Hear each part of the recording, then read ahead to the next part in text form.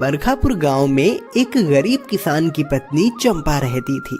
उसकी माली हालत कुछ अच्छी नहीं थी।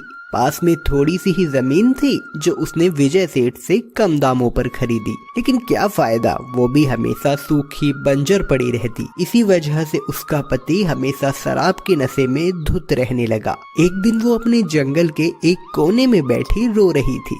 तभी एक बैल वहाँ आ जाता है और उससे पूछता है, आप कौन हो और रो क्यों रही हो? अब क्या बताऊं, अपनी तो किस्मत ही फूटी हुई है।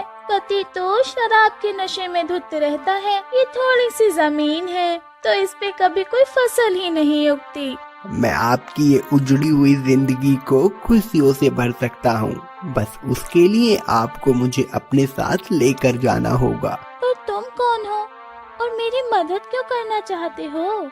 हूँ तो जानवर ही, पर सब मुझे लकी बोलते हैं, क्योंकि मैं जहाँ भी जाता हूँ खुशियाँ उस जगह भर जाती हैं। उस समय चंपा बहुत परेशान थी।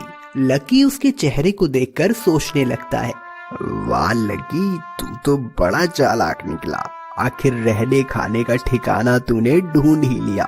चंपा उस वक्त हालांकि बहुत परेशान थी। वो लकी बैल को अपने साथ घर लेकर आ जाती है। कई दिन बीत जाते हैं पर कुछ भी अच्छा नहीं होता। तुम तो कह रहे थे तुम हमारे घर आकर सब ठीक कर दोगे। बच्चों को 2 वक्त का खाना भी नसीब नहीं हो रहा, ऊपर से जमीन भी सूखी बंजर हो गई, उस पे फसल उग ही नहीं पाती। अगर ऐसा है तो आपको मेरे साथ आपकी उसी जमीन पर चलना होगा। क्या फायदा, इतनी बार कोशिश की, हर बार मेहनत बेकार ही गई। अब तो उम्मीद ही खत्म हो गई है। लकी किसी तरह चंपा को उस जमीन पर ले जाता है और खेत में बीज बोने को कहता है। आप इसमें इस बार सरसों नहीं बल्कि अनाज बोइए, फिर देखना आप अपनी बंजर जमीन का कमाल। चंपा वैसा ही करती है।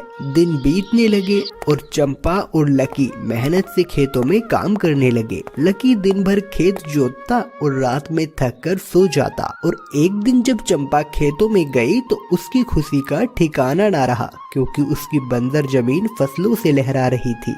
ये तो कमाल ही हो गया लक्की, तुमने सच में साबित कर दिया कि तुम्हारा नाम ही लक्की नहीं बल्कि तुम भी लक्की हो।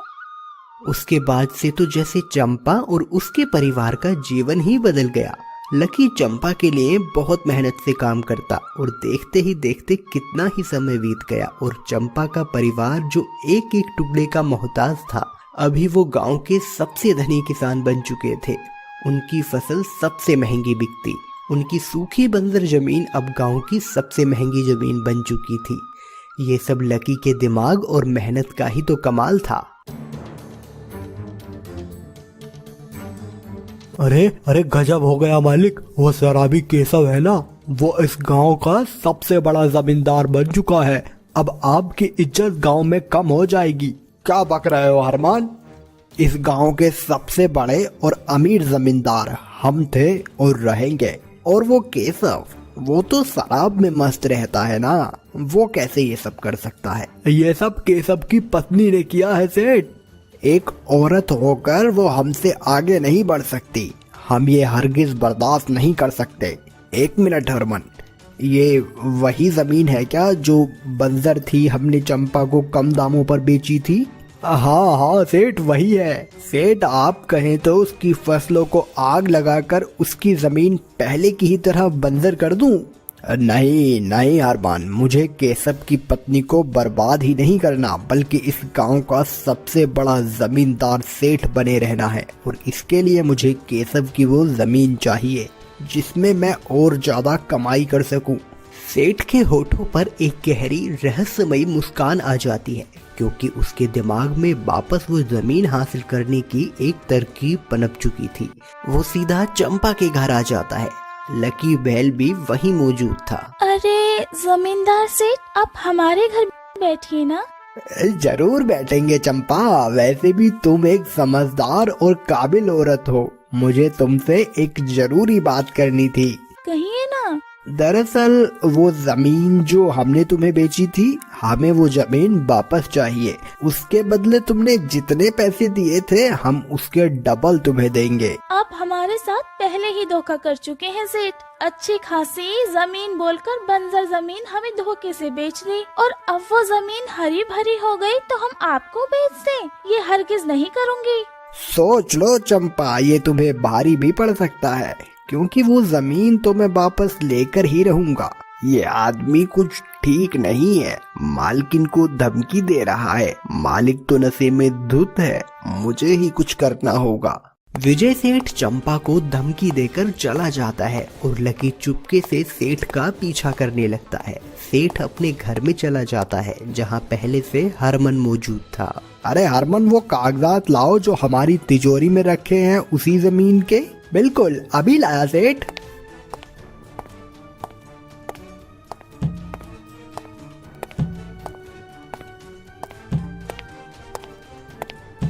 हरमन जैसे ही वो कागजात सेठ को देता है तो सेठ खुश हो जाता है। वैसे सेठ जी, ये किस चीज के कागजात हैं? ये उसी तरह जमीन के कागज हैं जो अभी चंपा के पास है। जब मैंने उसे बेची थी तब मैंने उसे असली कागजात नहीं दिए थे, हाँ बनवाए जरूर थे। इसका मतलब ये है कि वो जमीन चंपा से मैं अब भी छीन सकता हूँ। ये तो बहुत चालाक निकला। ऐसे तो मालकिन की जमीन हाथ से चली जाएगी, मुझे कुछ करना ही होगा। लकी सेठ की सोने की प्रतीक्षा करने लगता है और उसके सोते ही धीरे से सेठ के कमरे में घुस जाता है और वो कागजात उठा लेता है। अभी तो ये जमीन तुम नहीं छीन सकते सेठ, क्योंकि ये पेपर मैं मालकिन को ले जाकर देने वाला हूँ। लकी वैसा ही करता है। पहले तो चंपा को सेठ पर बहुत गुस्सा आता है, पर लकी की चालाकी से वो बहुत खुश हो जाती है। अगले दिन सेठ सीधा चंपा के घर आता है और बोलता है, अब तो तुम्हें वो जमीन देनी ही पड़ेगी चंपा, क्योंकि उस जमीन के कागजात तो मेरे पास हैं। कहीं आप इन कागजों की बात तो नहीं कर रहे सेठ? ये तुमने सही नहीं किया चंपा, इसका हिसाब तो मैं जरूर लूंगा। सेठ बहुत गुस्से में निकल जाता है। लकी समझ चुका था कि ये फिर से कुछ करेगा, इसलिए उसका पीछा करने लगता है और सेठ एक खुफिया जगह जाकर अपने आदमियों को इकट्ठा करके कहता है, अगर वो जमीन मेरी नहीं हो सकती तो वो उस चंपा की भी नहीं होने दूंगा मैं, इसलिए उस जमीन की सारी फसलों में आग लगा दो। तुझे इस हालत से घबराना नहीं है लकी, बस खेतों को जलने से बचाना है। लकी सब कुछ जाकर चंपा को बता देता है, जिससे चंपा बहुत घबरा जाती है। वो सेठ बहुत खतरनाक है, हमें ये जमीन उसे दे देनी चाहिए।